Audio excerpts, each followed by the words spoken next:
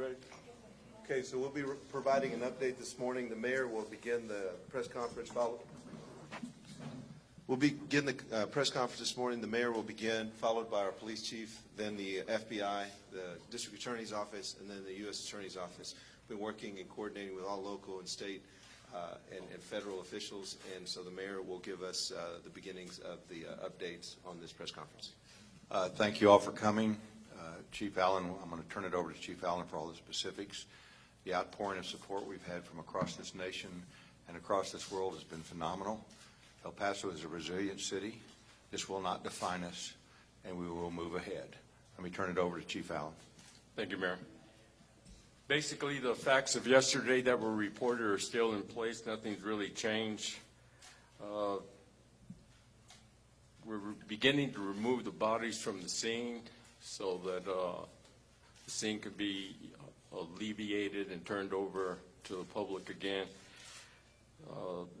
Later today, we'll be releasing the mug shot of the individual that's been arrested here.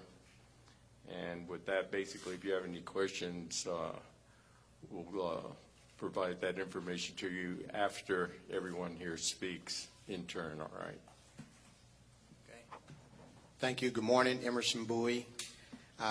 To date, the FBI continues to look at a number of different potential crimes to be charged. We have initiated our domestic terrorism hate crimes fusion cell. That fusion cell is comprised of agents, intelligence analysts from the field office, as well as other places in the United States, and at our headquarters level, experts from our criminal investigation division, as well as our counterterrorism division, who look at all the various pieces of evidence, and they correlate that information to ensure that we're sharing properly and we can pursue a criminal investigation, i.e. potentially civil rights hate crime, along with any potential domestic terrorism charges that might be possible as well, and ensure that both cases can run parallel. We also, I would just like to remind everyone that anyone that has information regarding this incident can go to our website that we have posted, http://www.fbi.gov El Paso shooting. That website will allow you to load any video that you may have captured during this incident and provide information if you have additional information to provide us in our efforts in this investigation. We have completed 3 search warrants outside of this jurisdiction, and we continue to look at all other avenues and investigative leads as they are coming in. I'm Jaime Esparza. I'm the district attorney. It's a very difficult time for our community. It's really with a heavy heart that I talk to you, but we are in the process of working together with all law enforcement, especially the El Paso Police Department, the Texas Department of Public Safety, and the FBI. Also with the U.S. Attorney's Office. We will proceed with the investigation. I can tell you from the outset, the state charge is capital murder, and so he is eligible for the death penalty. We will seek the death penalty. The loss of life is so great. We certainly have never seen this in our community. We are a very safe community. We pride ourselves on the fact that we're so safe, and certainly this community is rocked and shocked and saddened by what has happened here yesterday. But we will proceed in an orderly fashion, and certainly we'll get ready for trial and the prosecution of this person. But if I left you with anything, it wouldn't be what we're going to do forward. I would ask you to think of the 20 lives that were lost. Those were persons in our community, and we will miss them. And all of the victims who either suffered physical or emotional impact from what happened. We are just not a community that really, this is not us. We are like the bright sunshine today. That is us. We are a really good and loving community. But we will hold him accountable. Thank you. My name is John Bash. I'm the United States Attorney for the Western District of Texas, which covers El Paso. My grandmother has lived here for 50 years. She's 91. Since it was a much smaller community, I don't think she's ever seen anything like this in this community. My mom grew up here. My dad went to college here. I lived here when I was very young. It's been devastating for the community. I've been unbelievably impressed by our first responders, by the DA's office, by our police, FBI, in the work they've conducted. We had a very long night last night working this case. I've been in close consultation with Attorney General Barr. We are conducting a methodical investigation with our partners, a careful investigation, but with a view towards bringing federal hate crimes charges under 18 U.S.C. 249 and federal firearms charges, which carry a penalty of death. We are seriously considering those charges. We're going to conduct a methodical and careful investigation with a view towards those charges. We are also treating this as a domestic terrorist case. There's a statutory definition of domestic terrorism at 18 U.S.C. 2331. This meets it. It appears to be designed to intimidate a civilian population, to say the least. We are treating it as a domestic terrorism case, and we're going to do what we do to terrorists in this country, which is deliver swift and certain justice. With that, I think we'll turn it over for questions. So I failed to recognize everyone in the room. The commander with the Department of Public Safety, and my name is Tommy Gonzalez, city manager.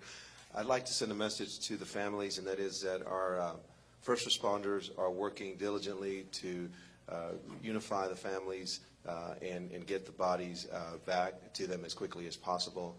We're expending all resources in order to make that happen. We'll open it up for questions now. Can I ask you, yesterday there was some hesitation to absolutely positively say you believe it's a hate crime. Are you closer to that now, or can you now say that you are virtually certain this is a hate crime? Basically, from the manifesto that we first saw, we have to attribute that manifesto directly to him based on that information in that manifesto. That's where that came from. And so we're going down that road. It's beginning to look more solidly like that is the case. And a follow-up question, if I could, sir, to any of you. We spoke to some people who were quite distressed last night. They've not heard from family members who were there. Is that being resolved right now? I know you feel it might be hard for them too, but what is their situation? We've got a reunification center that's turned into a grieving center over in the central area where the event took place pretty much. And as a matter of fact on that, I'd like to ask the media to be respectful of the families right now. We've been getting complaints that the media have been overburdening them with questions when actually they're more concerned about finding out about their loved ones. So we ask you respectfully to abide by their wishes. But with that being said, we're looking at all responders and everyone who has been on the ground participating in this event. We're providing them references to alleviate their suffering. Chief, let me ask you, has the suspect been cooperating? Yes, he has. You used the term horrific yesterday to describe the scene. There's not words you can place to say something like that. You know, you have to see it for yourself. When I first got into this job, I never knew there was an odor to blood, but there is. And until you firsthand see that, my description of it as far as horrific will be unserving as far as what that scene looks like. So I can't tell you what that means other than for the normal individual that doesn't have to deal with that on a day-to-day basis, it will leave an impression that you will never forget. I'll just leave it at that. The U.S. Attorney's Office asked the question, being cooperative. What has he told you so far? Well, I can't get into the details of that. Again, we have to be respectful of the fact that this person still has his rights. And even though he's cooperating, we still have to keep that in play to make sure the investigation goes forward successfully. Chief Morgan Chesney, NBC News. You said that, I'm sorry, sir. You said that the suspect purchased the firearm legally. Do we know where this rifle was purchased? Not at this time. I'm sure we'll find that out later with the help of our federal authorities, but right now those are particulars about the investigation that I think that we need to maintain within our purview. I'm sorry? Is he what? Was he allowed to open carry that weapon? That's allowable in the state of Texas, yes. So up until the point he opened fire, he was not committing any crime? Technically. Of course, a normal individual seeing that type of weapon might be alarmed, but technically it was in the realm of the law. You say cooperative. I'm sorry? Clarification there. The surrender yesterday, just you described briefly, can you give us more details about where that was, how they found it, and how that interaction took place? Well, approaching or responding officers, I believe the Texas Department of Public Safety was involved in that particular arrest. When he saw the officers approaching the scene where he was at, he basically surrendered, and that was over on the farther west side from the shooting site. Was he in a vehicle? I believe he was. I can't confirm that as a matter of fact, but that's what I believe he was. Question for the gentleman with the FBI. Of those 3 search warrants that were outside of this jurisdiction, can you tell us specifically where those are? They occurred in the Dallas area where the individual in question is from. And I believe there was some media coverage of those residents when we did it. So, again, we continue to do the investigations. Not going to give any particular detail as to what was found and things like that, but a lot can transpire in 24 hours. And as we continue the investigation to gather information. And when you say cooperative, can I just get some clarification? I know you can't give us specifics. Is it substantively cooperative? I mean, someone would just say yes, say no, that's my name. Is there substance to the cooperation? Without giving details, I understand it's a tricky area. Yes, he was forthcoming with information. He basically didn't hold anything back. Particular questions were asked, and he responded in the way it needed to be answered. A lot of people have said regarding the domestic terrorism, people in the public have said, that's what they thought it was from the moment they first heard about it. But can you walk us through the process of understanding how it becomes a legal definition and why there is a process that takes time before you declare it that? Well, there's a statutory definition of domestic terrorism under federal law. Can you all hear me? There's a statutory definition of domestic terrorism under federal law. I think I mentioned earlier 18 U.S.C. 2331, and that definition matters for a variety of purposes. It has factors.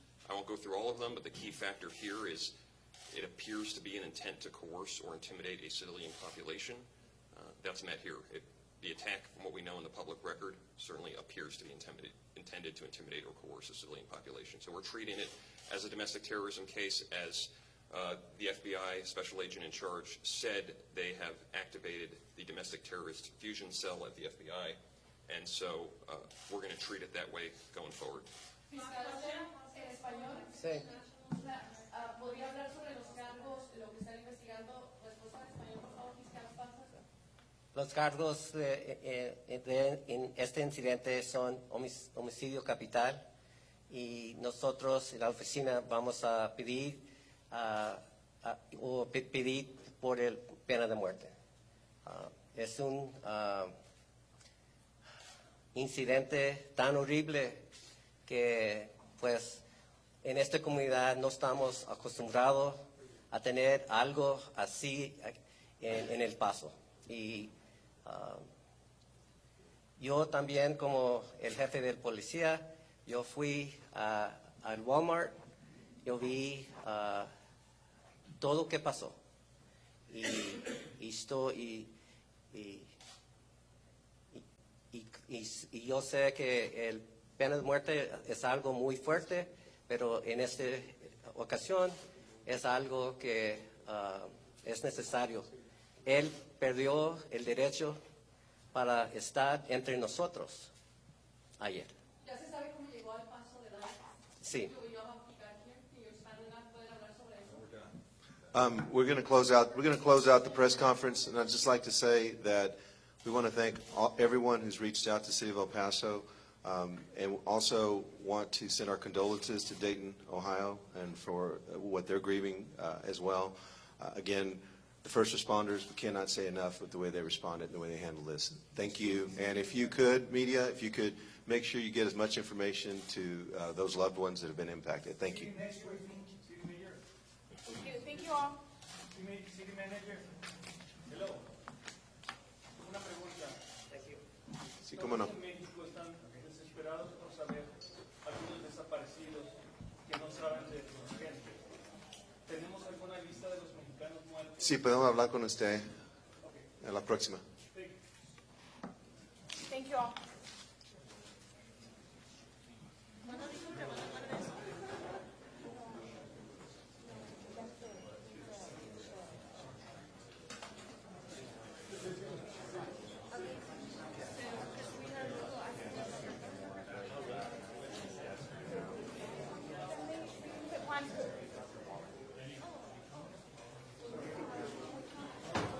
Yeah, I sure am.